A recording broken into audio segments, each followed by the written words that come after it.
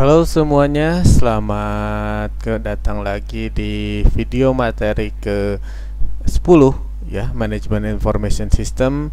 Kita dalam video ini akan membahas tentang e-commerce ya. Jadi apa itu e-commerce dan bagaimana prosesnya. Terus kita akan membahas juga tentang pasar digital dan lain-lain. Oke, sebelum kita mulai, kita akan masuk dulu ke materi. Ya, apa yang akan kita pelajari di pertemuan kali ini? Oke, kita akan membahas di chapter 10 yaitu e-commerce, pasar digital dan barang digital. Ya, oke, tujuan pembelajarannya kita akan mengetahui fitur-fitur unik dari e-commerce, apa itu pasar digital dan apa saja barang digital ya. Kita akan juga membahas tentang bisnis e-commerce ya, dari mana dia dapat revenue-nya dan bagaimana e-commerce ini mengubah pemasaran yang dari dulunya kita kalau belanja itu ke toko offline dan kita sekarang sudah bisa belanja dengan menggunakan smartphone kita. Nah, terus kita akan membahas juga bagaimana e-commerce ini mempengaruhi transaksi business to business ya. Nanti kita akan bahas business to business, business to consumer. Oke, menjelaskan peran e-commerce dalam bisnis dan m-commerce yang paling penting. Oke. Masalah-masalah apa yang harus diatasi ketika kita membangun e-commerce ini. Oke. Nah, sebelumnya apa itu e-commerce? Ya, jadi memang e-commerce ini adalah salah satu bagian dari e-business, yaitu kalau e-commerce dia hanya berfokus pada perdagangan saja. Jadi hanya jual beli saja. Kalau e-bisnis dia menggunakan bisnis untuk semua kegiatan usahanya, mulai dari pembelian, dari produksi barang sampai ke penyaluran barang kepada konsumen. Nah, itu e-bisnis ya. E-commerce jadi dia hanya bagian dari e-bisnis. Ya, jadi e-commerce ini hanya berfokus pada jual belinya saja. Tapi kalau e-business dia menggunakan teknologi atau teknologi informasi untuk dalam setiap kegiatan bisnisnya. Ya, oke. Jadi e-commerce itu dia adalah penggunaan internet dan web untuk bertransaksi bisnis. Jadi e-commerce itu dia menggunakan sebagian besar menggunakan internet dan web untuk bertransaksi bisnis. Walaupun sekarang sudah menggunakan lebih banyak orang menggunakan aplikasi di smartphone mereka, karena sudah banyak sekali orang yang mempunyai smartphone. Di awal kemunculan e-commerce, orang yang menggunakan mobile phone masih sangat sedikit. Jadi internet dan website itu yang dipilih untuk transaksi e-commerce ya. Jadi itu mulai pada tahun 95-an ya, dia naik jumlahnya orang yang mau menggunakan e-commerce atau bertransaksi di menggunakan media internet dan website. Ya, perusahaan-perusahaan pun sekarang memang berubah ya, yang dari dulunya dia hanya menjual offline, sekarang dia menjual online. Jadi ini tahap awal dalam revolusi e-commerce, yaitu dimulai tahun 95-an.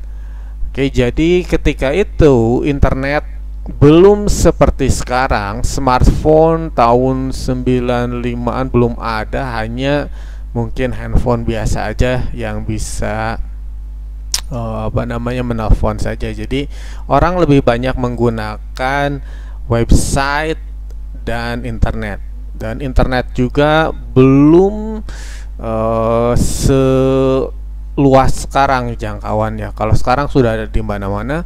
Kalau dulu tahun 95-an itu masih menjadi barang yang mahal. Orang yang punya uang yang hanya bisa menggunakan atau mempunyai internet.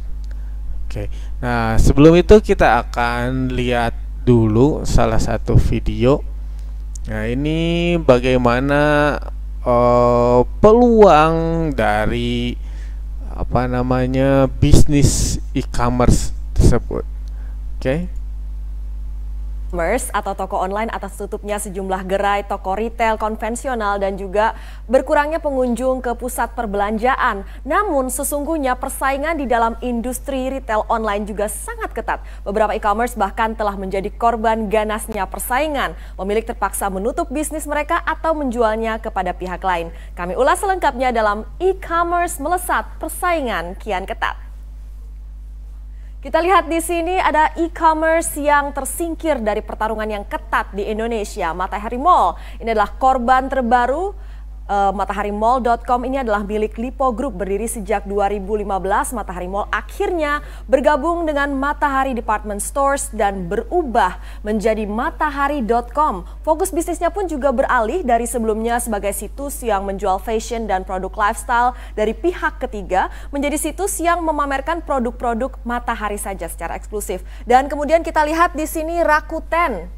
Raksasa toko online asal Jepang ini masuk ke Indonesia pada tahun 2011 dengan menggandeng MNC Group. Namun pada Maret 2016 hengkang dari Indonesia. 5 tahun saja ya Rakuten. Kemudian kita lihat di sini Cipika besutan Indosat Ooredoo yang mendirikan e-commerce Cipika pada Agustus 2014 dengan harapan ini bisa menjadi mesin bisnis baru untuk menopang keuangan ketika industri telekomunikasi terus tertekan ketatnya persaingan. Dan namun sayangnya Cipika juga tidak kuat bersaing. Hanya berusia 3 tahun sebelum akhirnya dimatikan oleh Indosat Ooredoo. Kita lihat ini dia Cipika besutan Indosat, kemudian juga pesaingnya Elevania yang dibangun oleh XL Axiata yang juga mencoba peruntungan di bisnis e-commerce dengan mendirikan Elevania pada Juli 2013.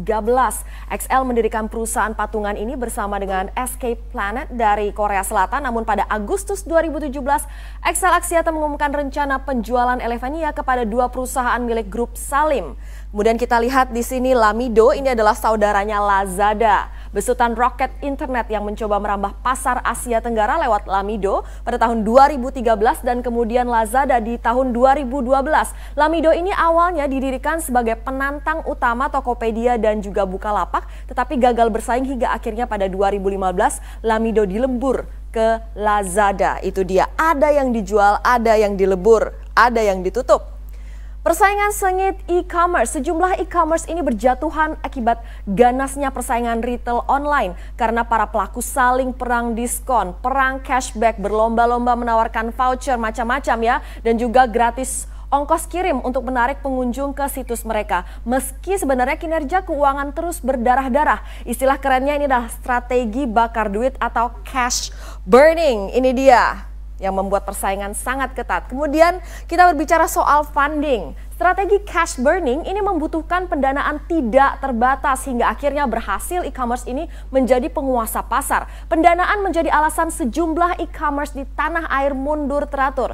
Manajemen Indosat Ooredoo misalnya menutup Cipika karena butuh pendanaan yang sangat besar sampai menjadi untung. Pendanaan ini menjadi kunci memenangkan Battle of E-commerce.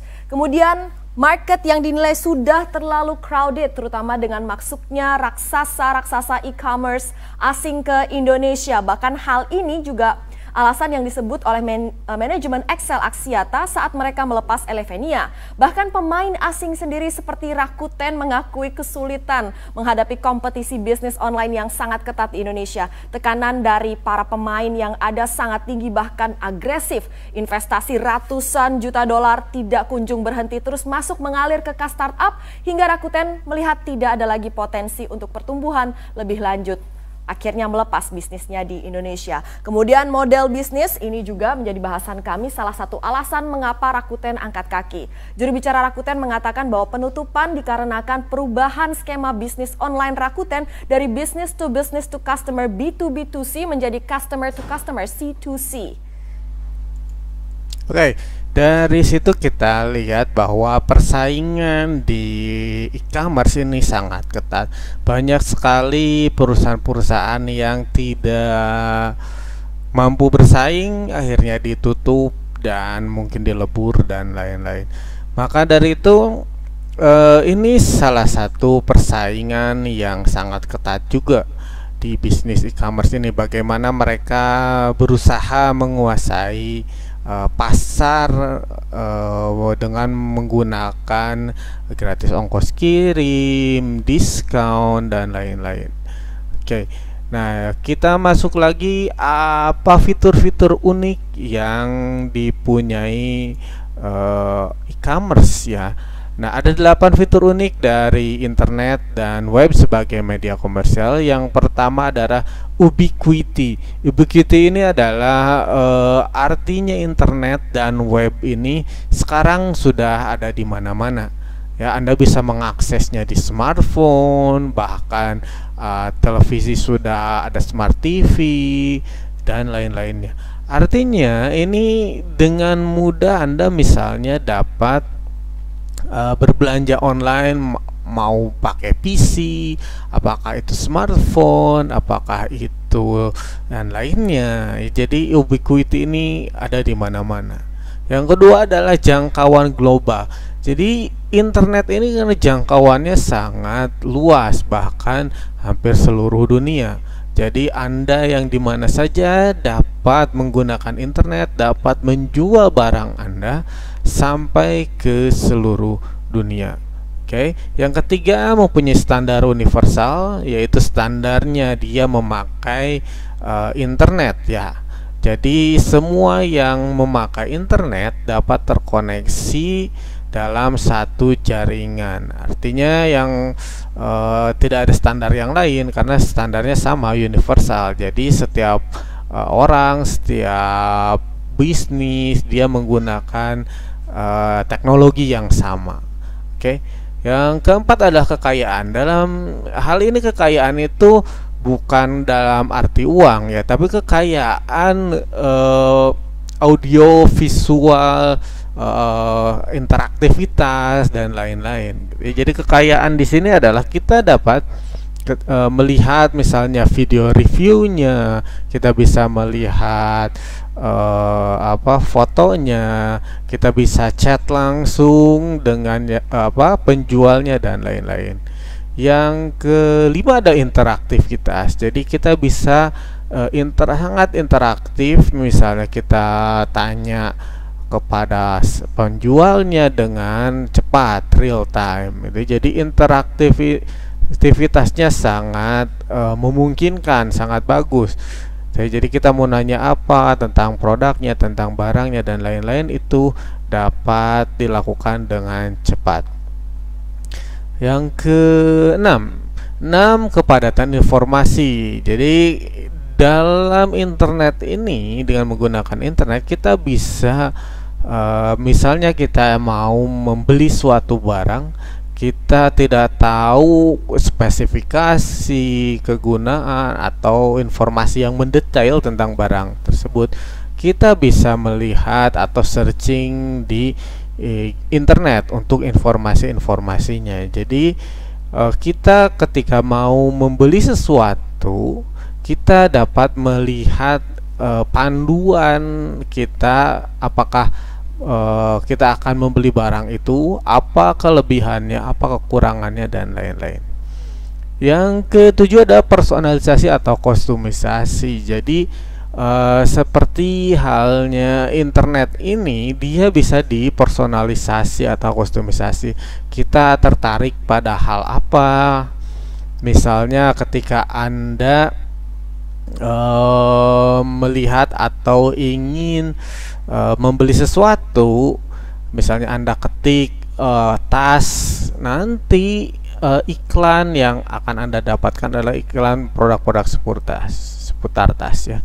Yang kedelapan ada teknologi sosial. Nah, sosial media ini sangat berpengaruh di dalam internet. Misalnya banyak sekali orang menggunakan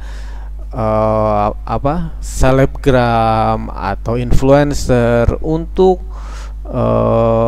memasarkan produk mereka ya. Jadi memang dengan adanya sosial media ini sangat membantu, apalagi dengan teknologi sekarang. Orang bisa menjadi influencer yang bisa mempengaruhi orang untuk membeli suatu barang atau jasa gitu ya. Oke. Nah, e-commerce ini memang di dalam dunia teknologi ini salah satu yang membuat kita memudahkan ya. Jadi kita ingin membeli suatu barang atau jasa, kita dapat melakukannya misalnya di situs-situs yang sudah ada e-commerce-nya, misalnya Tokopedia, Bukalapak, atau seperti yang tadi Alibaba, eBay, Amazon, dan lain-lain. Bahkan orang-orang yang terkaya di dunia adalah orang-orang yang seperti halnya Jeff Bezos dari Amazon yang punya e-commerce Amazon. Nah, dia yang paling kaya karena dia menguasai hampir sekitar 70 atau 80% market di Amerika ya, dengan Amazonnya. Ini yang menjadikan dia menjadi miliuner. Oke, yang selanjutnya adalah manfaat dari intermediasi bagi konsumen. Nah, kenapa biasanya harga-harga di online menjadi murah? Nah, karena dia tidak melewati distributor dan retailer. Misalnya dari sini kita lihat dari manufacturer, distributor, kalau lewat retailer nyampe ke kita itu misalnya $48, $48,5. Ketika kita tidak melewati distributor langsung ke toko, misalnya harganya menjadi $40 ya. Ketika dari pabrik langsung ke customer itu harganya $20. Nah, jadi ini sebabnya kenapa harga di online itu lebih murah daripada harga di toko-toko biasa, karena dia tidak melewati distributor dan retailer. Jadi kalau kita bisa langsung membeli ke pabriknya, itu kita akan mendapatkan harga pabrik atau harga yang lebih murah karena tidak ada jalur distributor dan retailer ya. Jadi dengan salah satu keunggulan menggunakan e-commerce, harga barang bisa jauh lebih murah ya. Oke, yang selanjutnya ada 3 jenis utama e-commerce ya. Jadi ada business to consumer, jadi bisnis langsung ke konsumen ya, contohnya Barnes and Noble. Ada business to business, jadi barangnya dibeli untuk bisnis juga. Misalnya Toyota Toyota buat mobil yang untuk travel itu ya. Jadi itu salah satu contoh bisnis to bisnis. Jadi orang yang membeli mobil yang agak besar itu untuk travel itu, dia menggunakan mobil itu untuk bisnis juga. Jadi bisnis, contohnya itu bisnis to bisnis. Oke, contoh consumer to consumer adalah eBay misalnya. Jadi misalnya kalau di kita ada OLX ya, Itu consumer to consumer. Jadi kita menjual barang dari konsumen ke konsumen yang lainnya. Gitu ya. Jadi kayak OLX itu dia lebih bukan bisnis to bisnis tapi menjual barang dari konsumen ke konsumennya. Biasanya itu adalah barang-barang yang bekas atau second. Gitu ya. Jadi misalnya kita udah nggak pakai barang itu, maka kita jual ke orang yang membutuhkan atau ke konsumen juga. Itu ya, itu jadi konsumen to consumer. Oke, nah dengan menggunakan website atau internet, ini enaknya kita dapat melihat berapa kali kita dilihat, berapa kali kita di like, berapa kali rating kita. Nah, kalau di di offline itu kita agak susah melihat, misalnya toko kita ini berapa orang yang melihat toko kita, ya berapa apa produk yang difavoritkan. Kalau di offline itu agak susah kita mengklasifikasikan, oh ini yang disukai pelanggan, agak susah. Tapi dengan internet kita punya data pengunjung, misalnya kita punya data berapa kali toko kita dilihat, barang ini dilihat, barang ini dibeli, dan lain-lain ya. Oke. Nah, social e-commerce ya, kita akan bicara e-commerce. Nah, berdasarkan grafik sosial digital ya, jadi kita bisa memetakan hubungan online yang signifikan.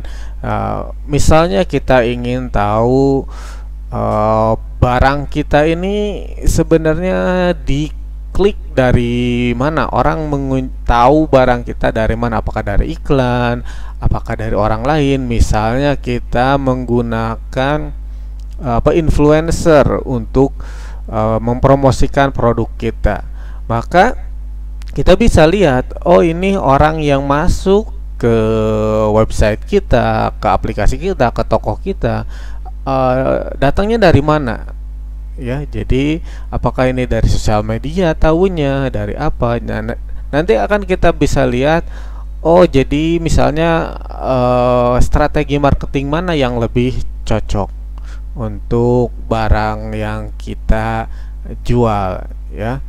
Jadi kayak ada fitur e-commerce sosial yang mempengaruhi pertumbuhannya, social sign on, belanja rekomendatif, pemberitaan jaringan, dan pencarian sosial rekomendasi. Nah, itu yang 4 fitur e-commerce sosial ya, kenapa orang lebih senang beriklan di media sosial. Karena di media sosial biasanya orang lebih jujur ketika dia buat review, apakah saya suka dengan barang ini atau tidak. Nah, biasanya orang akan lebih cenderung lebih jujur. Misalnya kalau saya nggak suka, maka saya akan men-tweet atau memberikan ulasan yang memang saya nggak suka, misalnya ada kelemahannya atau apa. Jadi memang di sosial media biasanya lebih jujur gitu daripada misalnya di kita berikan rating dan segala macam. Biasanya orang nggak terlalu jujur. Nah, kalau di sosial media biasanya orang lebih jujur memberikan pendapat mereka. Oke, jadi dalam mobile ini ya, jadi kita dapat datanya. Nah, 2010 sampai 2016 ini meningkat sangat tajam ya. Grafiknya naik ke atas. Jadi perdagangan melalui mobile ya, ini sangat meningkat dari tahun ke tahun. Oke, jadi layanan berbasis lokasi gitu ya. Jadi misalnya kita menggunakan ini, kita dapat lihat misalnya Anda pernah dapat SMS atau pemberitahuan misal ketika Anda di suatu tempat, oh misalnya toko ini apa namanya ada diskon misalnya buy one get one atau dan lain-lain. Jadi bisa berdasarkan lokasi dengan menggunakan GPS, bisa juga ada geososial, geo-advertising, geo-information. Jadi ini berdasarkan target location. Ini advertisingnya tergantung Anda ada di mana, gitu ya. Jadi kalau Anda di suatu tempat tertentu, Anda akan mendapat iklan tertentu, biasanya dengan toko-toko yang dekat dengan lokasi Anda. Jadi misalnya Anda lagi ada di apa namanya di taman, gitu ya. Taman itu dekat dengan suatu toko dia, maka dia akan mengirimkan pesan atau advertising tentang toko itu. Jadi ketika Anda tertarik untuk membelinya, itu nggak usah jauh-jauh karena dekat dengan lokasi Anda, gitu ya. Jadi itu yang namanya geolocation atau geo advertising berbasis lokasi. Oke, yang terakhir adalah bagaimana kita membangun situs e-commerce-nya ya. Jadi ketika kita membangun situs ini, kita harus membuat tim ya, nggak bisa sendirian, agak susah juga. Nah misalnya kita harus memutuskan teknologi apa yang akan kita gunakan, gitu ya. Teknologinya mau pakai apa, desainnya harus seperti apa, apakah target market kita anak-anak, remaja, orang-orang dewasa. Kebijakan sosial dan informasi harus dipertimbangkan. Nah, perangkatnya ya, hardware, software, infrastrukturnya itu harus dipertimbangkan juga. Dan selain itu adalah security, keamanan yang harus diperhatikan. Karena kalau keamanannya tidak bagus, maka kita akan sering mengalami trouble atau bisa saja kehack orang dan lain-lain. Itu menjadi tidak bagus. Jadi itu hal-hal yang harus diperhatikan ketika kita akan membangun suatu e-commerce atau website. Atau kalau sekarang sih lebih mudah kita membuka toko di e-commerce yang sudah ada atau mapan seperti Tokopedia, seperti Bukalapak, Lazada mungkin dan lain-lain. Itu lebih mudah kalau kita hanya ingin menjual saja. Tapi kalau kita ingin membuat toko online seperti mereka, maka yang harus diperhatikan ya tadi itu infrastruktur, software, hardware dan lain sebagainya. Oke. Itu saja dulu untuk materi kali ini. Oh ya, sebelumnya kita akan lihat dulu gimana di Amazon itu seperti apa sih proses pengepakan, pengiriman barang dan lain-lain. Oke, kita akan lihat. Nah, e-commerce ini memicu juga gudang-gudang bisnis ya. Tokopedia dia membuka ingin seperti Amazon, saya kira ke depannya mempunyai gudang sendiri dan lain-lain. Oke, kita lihat dulu. Masih terkait dampak ekonomi digital dalam negeri, seperti halnya toko online atau e-commerce yang menjamur di Indonesia, bisnis gudang modern yang kian meningkat berkat e-commerce diprediksi semakin cemerlang pada 2019. Simak liputannya. Inilah suasana kerja modern warehouse atau gudang modern Lazada saat Hari Belanja Online Nasional 11 November. Menempati area seluas 40.000 meter persegi, gudang ini menjadi andalan Lazada untuk melayani pelanggan. Absolutely. So the facility you see here is our central distribution center for Indonesia, for Lazada. The big difference between how we set up these warehouses, it's built to suit from the grounds up with the customer in mind, with the e-commerce customer in mind.